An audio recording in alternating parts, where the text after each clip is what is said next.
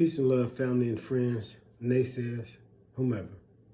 My name is Leon Wheeler Jr., and I am a self-made, self-proclaimed boss player, striving to become a master player.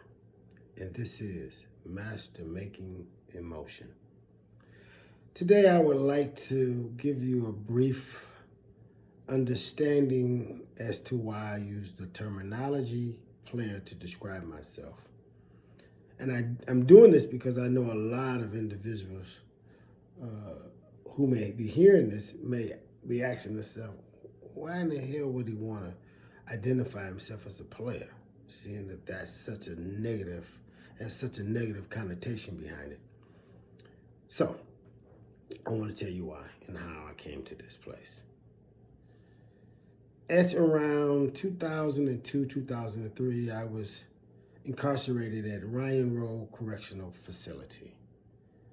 I had in about probably 8 to 10 years on a 25 to 50 year prison term.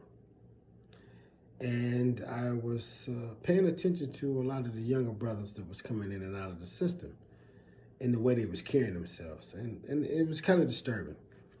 I was looking at them and I was thinking back to when I came in and the generation that I come from and how we was presenting ourselves. You know, we were into dressing. I used to suit and boot it. We was wearing gaiters, shoes, gaiter belts, Borsellini hats, Boss suits. That was one of my main brands of suits that I wore. I mean, we were groomed. You know, we kept our hair, nails. Our appearance was top flight. And this is probably worldwide a mindset for that particular generation, but definitely a thing for those in the Detroit area. We always had our own particular swag in the city. We were, some of the first individuals to be exploited on the drug,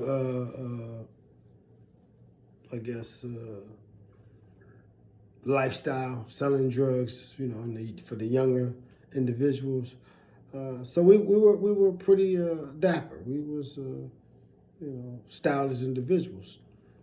And I was noticing that the brothers that was coming in around at that time, they wasn't possessing that.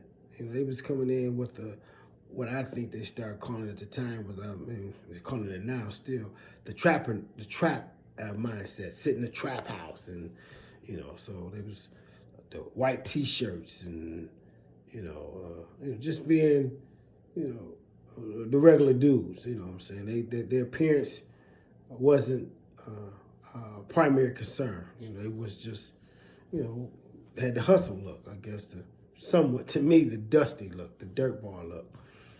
And that was something that they didn't develop. I don't know if they got it from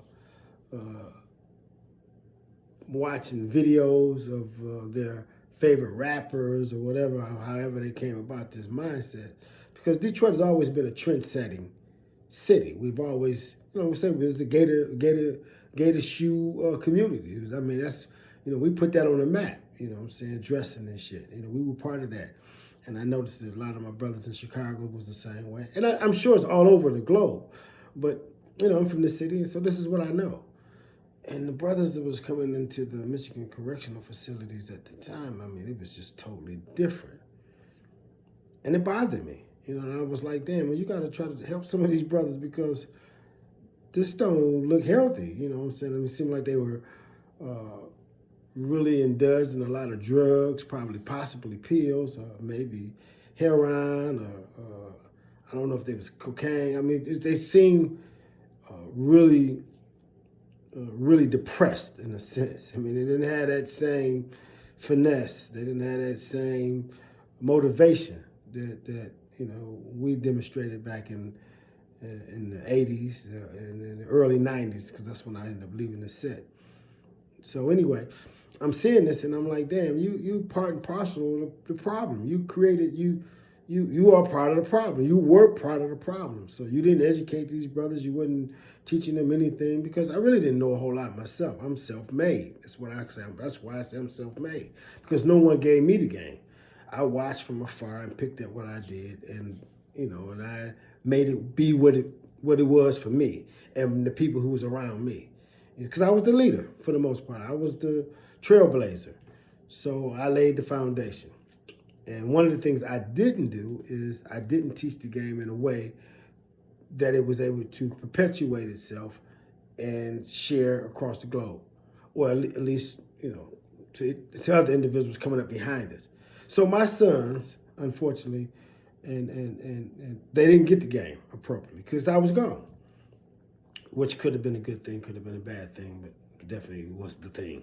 So now I'm looking at these young brothers coming in and say, well, damn, you are my little brothers, you are my sons, and so I owe you. I wasn't able to do it. I wasn't able to do it appropriately with them. So how can I help you? So it came to me, we make history all the time because that was our history. I mean, sometimes your history is not, American history is not good. So, I mean, that history wasn't good history across the board. I mean, it had its benefits and it had its goods and its bad, but it wasn't the greatest history because it landed me in penitentiary. However, now I'm here and I'm seeing brothers come in as I did. So what can I do to possibly help try to turn the ship around? So it came to me again, we don't make history, we don't write history. So I said, well, you need to write a book. And contemplating how I can write a book and what I can give by writing that book. And I thought about my own particular story. I was like, no, it's not time for that. In the near future, hopefully that'll be the reality once I get myself established across the globe, across the people who may be interested to hear that story. But like I said, at that time, I was like, you got to help the brothers. So I was like, well, what can I say to get their attention? I wasn't a reader when I left the streets, so I said, most of these cats ain't readers. So if I'm going to try to convince them to read, because I have been studying now for 8-10 years, trying to get myself together, preparing myself, because I'm here, so might as well make the best of it. So I said I had to come up with something to get their attention. And how can I get them to read? So I'm searching my spirit, trying to figure out something.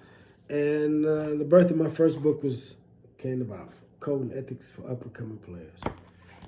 So I always consider myself a boss, I always liked the lingo player, because I thought I was a player, So now I'm trying to figure out, well, how can I use those words?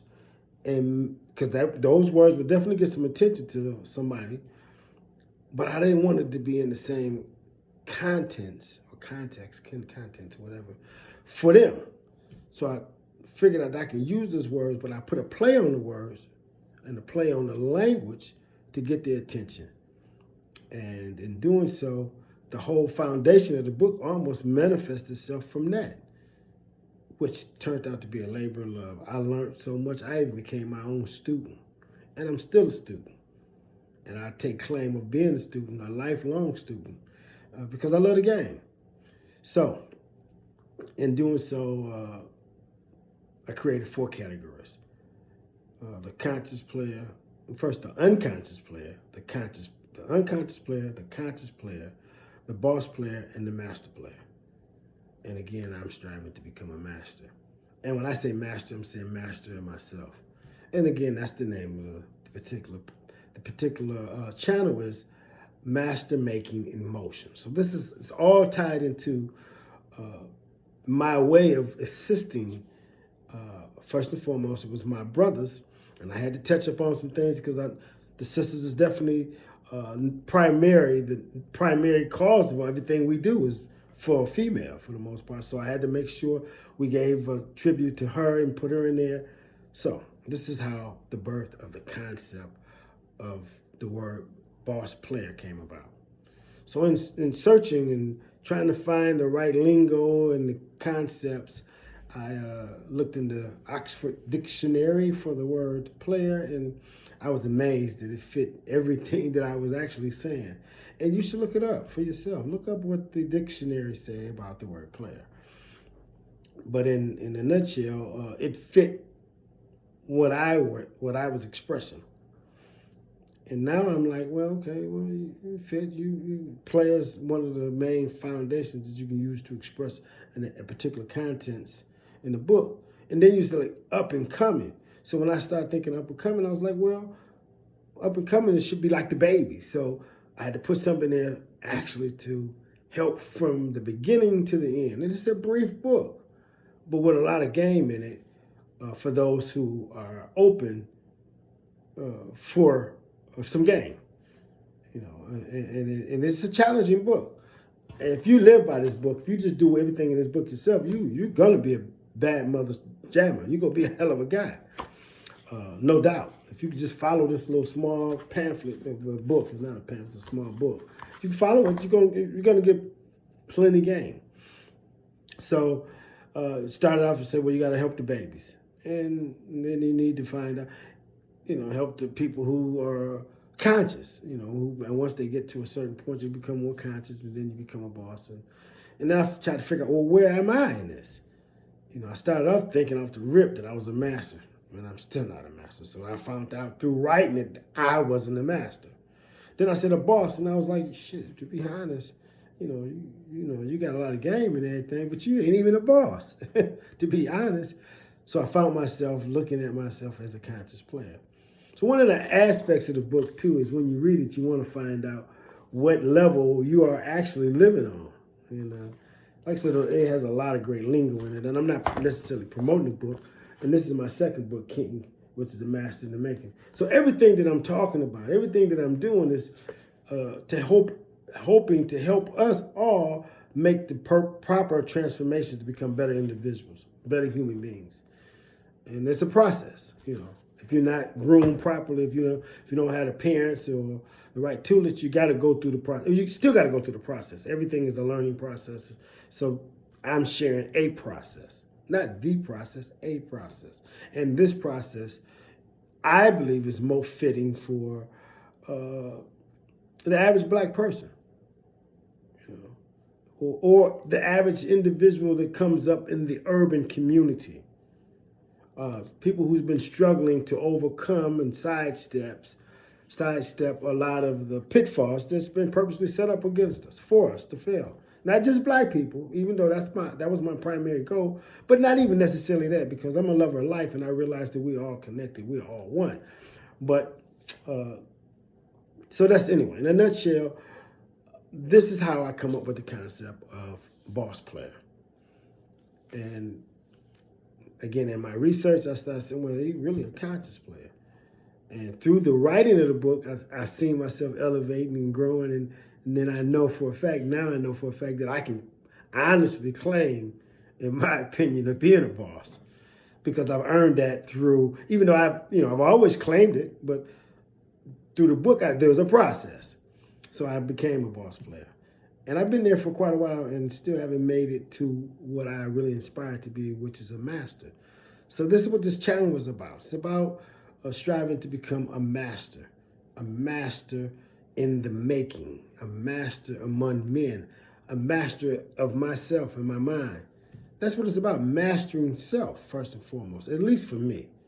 And you can find out whatever you want to master, whatever, But I want us to do this together. So that's the purpose of the channel, and that's how I came to use the terminology a boss player. I'll get off into a lot of that down the line because all of it is instrumental in helping us get to where we need to go. And the lingo is necessary and appropriate, and it speaks for itself. But I'm not going to keep you here too much longer because I didn't mean to be here that long. I just wanted to give you a brief definition, or at least a brief illustration on how I came to the word boss player. For those who probably frown upon hearing the word player to describe themselves or myself or whomever off the rip. But I'm going to tell you, I'm going to give you a brief definition that I gave to it, just a real brief one. And it's a player is a participant in the game of life. And I'm going to drop this on you too. In the game of life, in all honesty, and accurately stated by me, this is my lingo, it's God's play. This is all God's movie, his drama, her drama, however you want to perceive that energy to be, feminine, masculine, whatever. I don't think it's neither one, in all honesty. It's just energy. It's just goodness. It's just grace. This is the grace. This is the play of the grace of the all knowing, the all powerful. This is God's play, and we are all participants in the play. It gets deeper than that, but we're not going to get on that today. But I just wanted to drop that on you, how I came about the terminology of using boss player to describe who I am, or at least some attributes of mine. My other word that I want to drop you with, that I always say, that I want you to become accustomed to too, is be. And I use that to just suggest being the best human being that we all aspire to be. I'm not going to tell you to do it. I'm going to tell you to be it. So it starts from be. Love you.